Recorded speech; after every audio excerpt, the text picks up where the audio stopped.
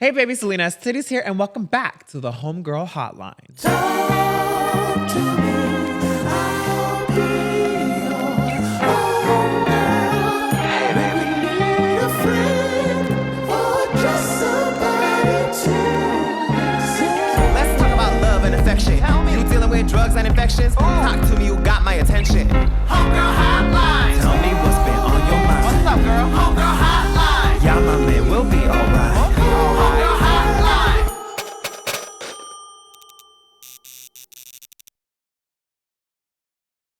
It's me, your homegirl, and today's episode's gonna be kind of a deep one, you guys, cause anoche vamos a hablar mamacitas. And no, I'm not talking about me. I'm talking about mommy. So grab your tissues and let's handle our issues. But first, let's set the vibes and cleanse the mood with another soul food candle company candle. Today's candle is Sandalwood Silked Waves. Delicioso. This episode is sponsored by Blues and Blahs. Blues and Blahs is an online-based psychiatry and mental health service that is catered towards the LGBTQ plus community. Hey guys, Salina here to discuss with you today's sponsor, Blues and Blahs. Now, as a human being myself, I struggle with anxiety and depression, and it can be difficult to find the right help out there, especially with the LGBTQ community. And don't even get me started on the cost as well. I think it's important to invest in yourself, but not everyone has the privilege to afford this type of care. And that's where Blues and Blahs comes in. They had a vision to provide mental health services that are not only affordable, but also convenient to fit your schedule and lifestyle. And they are doing just that. They treat everything from depression to anxiety to addiction and insomnia. And the best part is that they're online based, so you can work on yourself from the comfort of your own home and pajamas. Girl, I love that. I can't stress enough the importance of your mental health and how you should always make it a priority in taking care of your brain. The most rewarding thing you can do for yourself is take care of your mental health, because when we do that, we're able to live authentically and freely without being wrapped up in our own head. So when someone asks, how's your head? You could say, it's great, baby, better than ever. Don't forget to check out bluesandblahs.com to see all the services they provide, pricing, and even some testimonials directly from former and current patients. Thanks, Blues and Blahs, for sponsoring this queer-owned Latina podcast. Ay, mija, this episode hits close to la casa. When you're my age, you have to say adios to a lot of people. Well, you're basically next, right? You RSVP'd to the Last Supper. Por favor. I was trying to get Jesus to turn more than just water into wine, if you catch my drift. Ay, Dios. Yes, Dios. Homegirl Hotline. Uh-huh. Hi everyone. So what I wanted to talk about is something that I hope that other people can relate to, and I just want to share it with people in the hope that it helps. Very recently, we lost my stepmom very unexpectedly, and she passed away. And I know Salina herself has been in a similar situation with her mama. And when you lose someone like this, it can be really, really shocking. I think you've got to try and take the positives out of it. And the positive parts are kind of like the close relationship with the person you've lost, being there for them, stepping up for them, and those kind of things that even if you're close to them, you kind of feel like you become closer and making sure they're okay. And I just want to send love to everyone in that situation. And, you know, just like checking that that person's all right and stepping up for them. And you end up feeling close to them, and find other people that you can talk to about it and that can relate to you and things like that.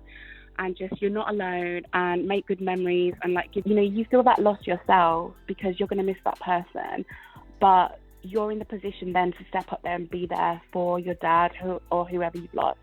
And like I say, I'm sure Salina feels the same. Like when she lost her mum, like, you want to be the one who's there to check on your dad and make sure you're okay. And like, that's what I mean about the positives. Like, you can be there and you can get a stronger relationship with that person, and you can help them, you know, fill the void of the other person being lost and everything. So I just want to send everybody my love. And yeah, it's Hayley from the UK, by the way. I'm the ST Committee UK branch.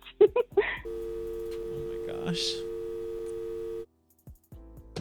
Christina, I just want to say thank you so much for calling in with that today. Like, you're so right. So Christina lost their stepmom and gave us a lot of beautiful advice on one way to deal with a death in your family or with someone close to you, right? You know, death is very interesting, right? And like the process of grieving, I don't know if there's one right way to grieve. I'm currently still in my grieving process. As a lot of you guys know, I lost my mom while my season of Drag Race was airing. So I had like the most amazing dream come true situation in my life happening. And at the same exact time, my mom passed away. She passed away right after my Snatch Game episode from cancer. And I got the phone call while I was with my friends heading to Mammoth for a ski trip. And we're driving in the car. It was like 6 p.m. And my dad called me to tell me that my mom passed away. And I was literally in the middle of nowhere driving to Mammoth. Like I was at least with my best friends. I had them in the moment, which was like, thank God. But at the same time, I couldn't be with my dad. I couldn't be with my sister, my brother in that moment. So I had to just sit in a car, and my friends didn't really know what to say to me. Because what do you say to someone when they just lost their mom? You know, it's hard. Like you want to be there for them as a friend, but sometimes maybe you need space too, right? And in that moment, I was just grateful that I had my friends and I could kind of just sit in silence. And like, I was literally driving in the middle of nowhere looking at snowfall. So like to just sit there and think about my mom. And then the next day, I went to Mammoth for one day and then I had to fly to London for the first time I was flying to London. Bitch, I am flying to the UK, my first time over there on the other side of the pond. The other side of the pond. Very Austin Powers, right? Well, I was in London land getting to perform. I was literally about to go on stage performing in front of 1,000 twinks, British twinks, and my mom just died.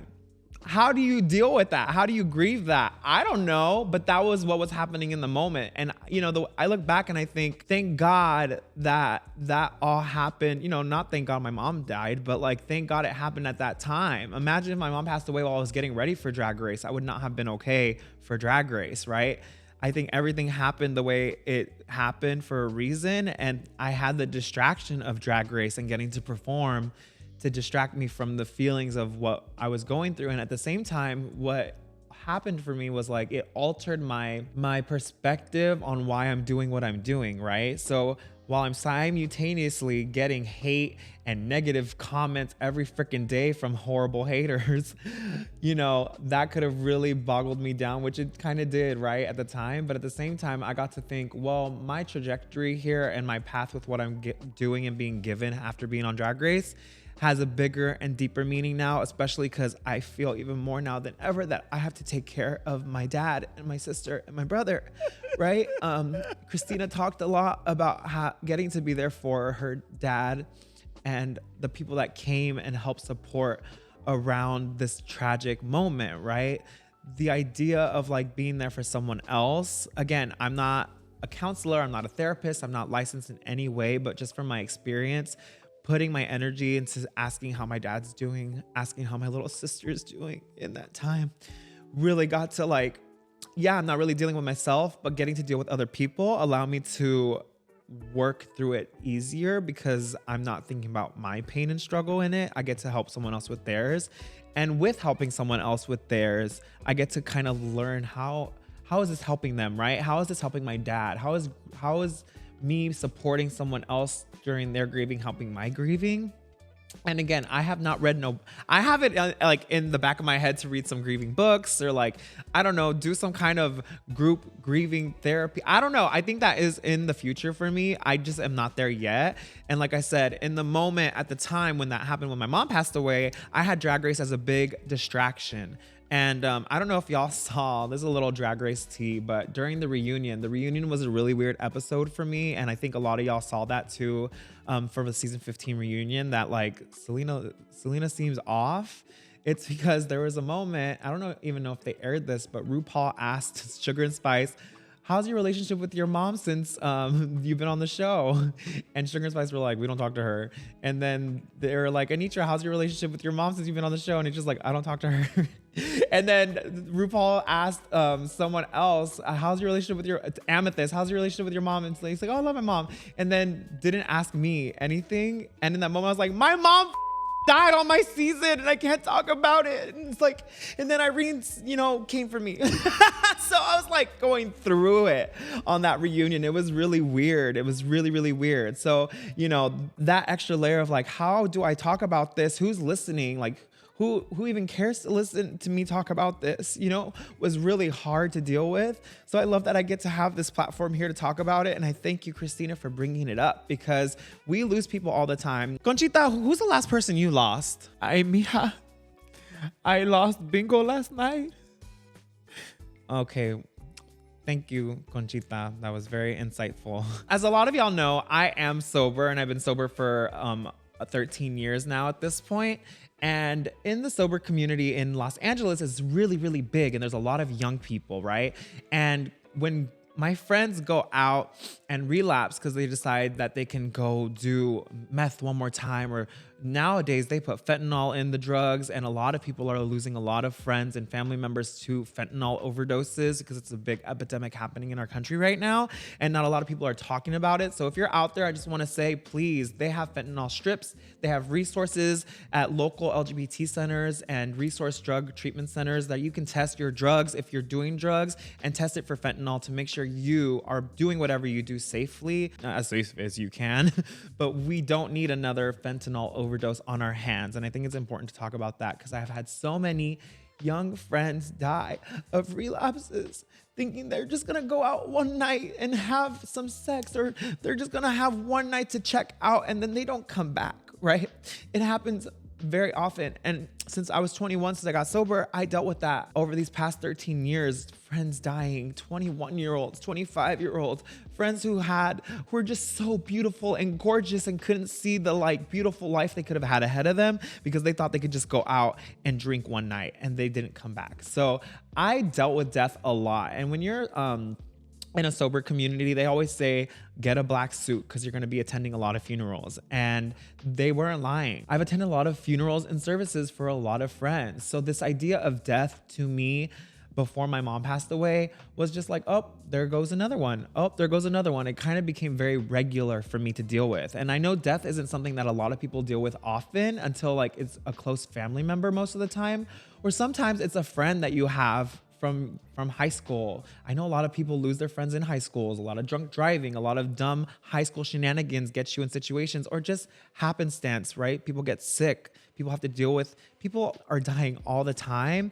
And it's not something you just hey, how are you doing? Oh, good. My friend just died. That's not something that happens. That's not a conversation it's not something you bring up in casual conversation most of the time. So a lot of people feel like they can't talk about it, right? And again, I'm not a grievance counselor. I'm not telling you how to grieve or what to grieve or what. I'm just sharing my experience with the process of it all. I became very accustomed to friends dying. Oh, there goes Mac. Oh, there goes David. Oh, there goes Justin. It's just constantly happening all the time. I became very desensitized to the idea of death because it happened all around me all the time. So when my mom passed away, I had this idea, we knew she probably didn't have long, and we didn't know how long that was gonna be because the cancer just kept coming back for my mom. In my mind, I thought, oh, I'll be able to handle this like all the other deaths in my life. There's just another one. And I know that's horrible to say because it's my freaking mom. But I think my relation to death is what I was more talking about. It's I've dealt with death before. I know what that feels like, but it's different. It's the person who birthed you, right? So it definitely took a while for me to realize that it was hitting different. And I think that manifested in a lot of different ways. And you know what? If there's anything that I learned from my grieving process so far, it's been about 1.5 years now since my mom passed away, is that I accepted where I was at in the moment with what was happening. So if I was feeling like I missed her, I just allowed that to be. If I was feeling I feel guilty for not missing her so much in this moment right now because I'm traveling the world and I'm kissing babies and eating hot Cheetos with fans. I didn't judge myself for having that experience. I just allowed the moment to be what it was, And if you've lost someone out there, I think, again, Christina, who called in, gave us a lot of beautiful advice on how to pull the negative out of it and find positives within a moment like that for yourself in that kind of a situation. And I think, from my experience, is just accepting however you're feeling in that moment is perfectly okay. Because there's no one way to grieve. There's no one way you're supposed to feel, how to feel. And again, it's hard to even support a friend in that because everyone's having their own experience based off their relationship with the person, based off with where they're at, what they're doing. It's gonna be different for everybody. So if you've currently lost someone, if you're gonna lose someone soon, I would just love to extend a big titty hug at first. Come hug my titties. Conchita, can you hug your titties for me? Little hug for my titties. I don't know why looking at Conchita made me cry. It's 'cause she's my grandma. And like, I've lost my grandmas too. I lost my 2 grandmas. So Conchita's literally my grandma, y'all. At the same time that my mom passed away, both my grandmas also passed away. My grandma passed away first, then my mom, and then my other grandma passed away. Conchita, I'm breaking the fourth wall here a little bit. Conchita's literally my grandma's. So when my grandma used to answer the phone like, so that's why Conchita answers it like that.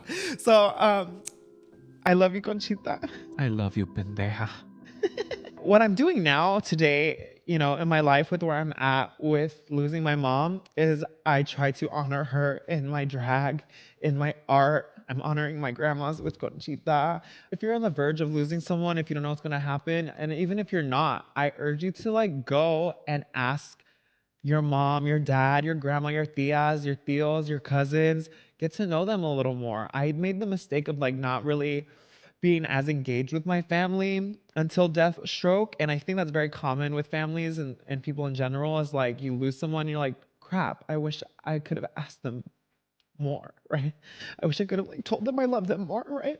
So I urge you to go and like say hi to your dad and don't be a little bitch about it today,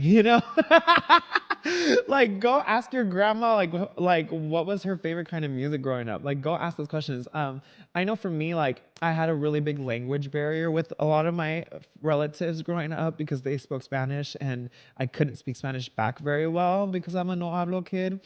So there was like a disconnect there, and if there's anything, I wish I could have like made a bigger effort. But with that said, I don't know what you guys believe or how you feel. I know Conchita's very into spirits, and I don't know if she's into brujeria. Are you into brujeria?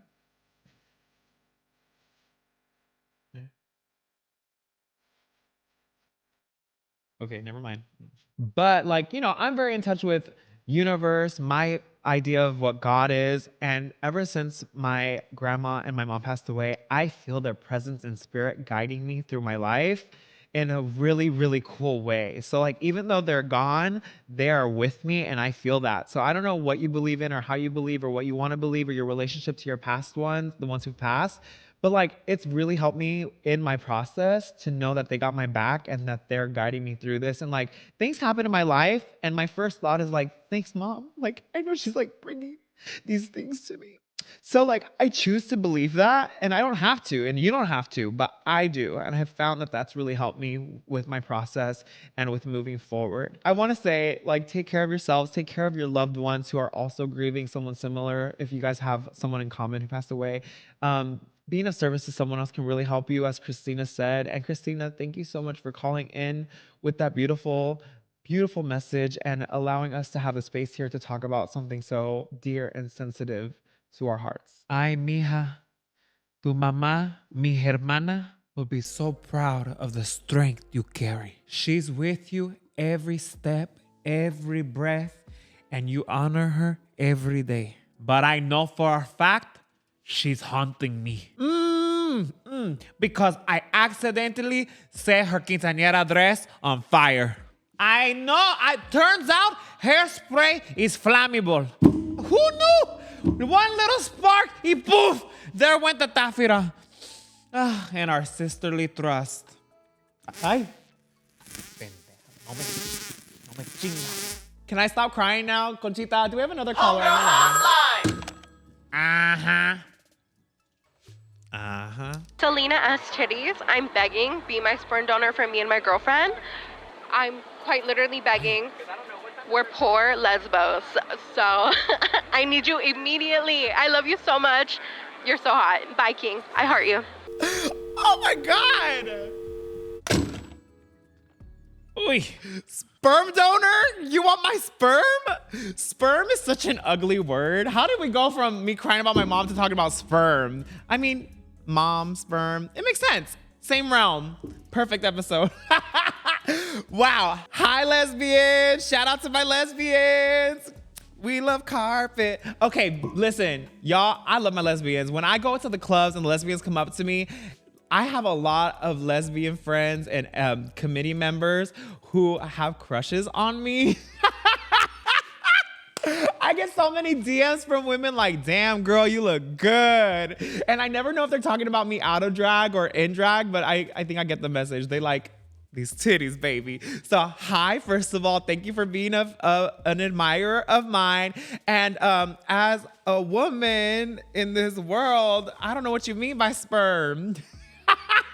Listen, I don't know if the world is ready for little EsTitties to be running around in this universe. You know what I mean? I think we gotta save that for the next lifetime or something. I don't know, like, Conchita, you've had a lot of sperm in your life. Sperm? Sí, mucho sperm, pero never donors. Well, you know, okay, can I tell you this one time? I actually, so, you know, as a struggling artist in Los Angeles, you look for different many ways to make a little bit of coin, right?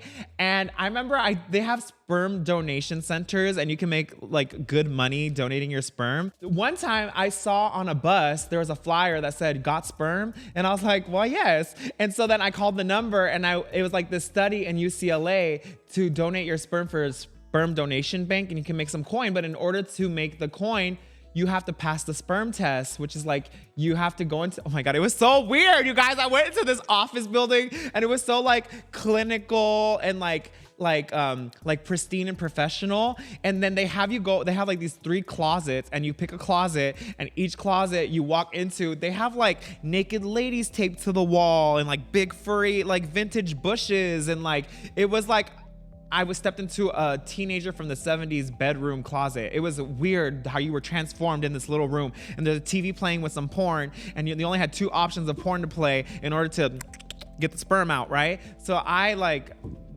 I made it happen and I got the sperm out and you have to do all these things in order for the sperm to be like considered good. Like you have to have a good healthy diet. You can't like ejaculate for a couple days beforehand. You have to drink a lot of water and I'm a hoe, so I didn't do any of that. And bitch, they called me the next day and said my sperm wasn't good enough. So lesbians, I don't know if my sperm will reach the egg, but I want to say we can try, but also I don't know. We have to have a date first, baby. I can't just give you all that first. You have to take me out. You have to wine and dine the girl, okay? But I appreciate you for asking. Again, this episode's about moms and mothers, so I guess this was a good phone call to have. Good job, Conchita. Well, that's our episode. Let's cap off our candle, honey, from Soul Food Candle Company. And you can get this candle and many of their other beautiful scents by using code HOMEGIRL for 20% off. They called me the other day and they're like, Salina, we had a moment where we started crying because we realized that someone bought a candle from us using your discount code. And you know, again, they're not paying me to do this. I literally am just doing this to support my friend's business. I love and believe in them and what they create is so beautiful. And you supporting them is supporting a POC queer-owned business, and I really love that it's already working and you guys are actually buying candles from them. So thank you guys for buying and participating and supporting my friends. Let's cap off this candle. Sandalwood Silked Waves. When the late night thoughts creep in, let Sandalwood Silked Waves be your comforting embrace. This candle reminds you that you are loved, protected, and surrounded by the energy of mother's care. Perfect candle for today's episode. Thank you, Soul Food Candle Company. Until then, you guys, take care of your hearts and know that your loved ones are taking care of you from the other side. Say bye, Conchita. Bueno, mija. Remember, just because they're gone does not mean they're going to haunt you in your dreams and call you a puerca and to lose some weight because that outfit is too tight. Adios, mis fantasmistas fantasmales.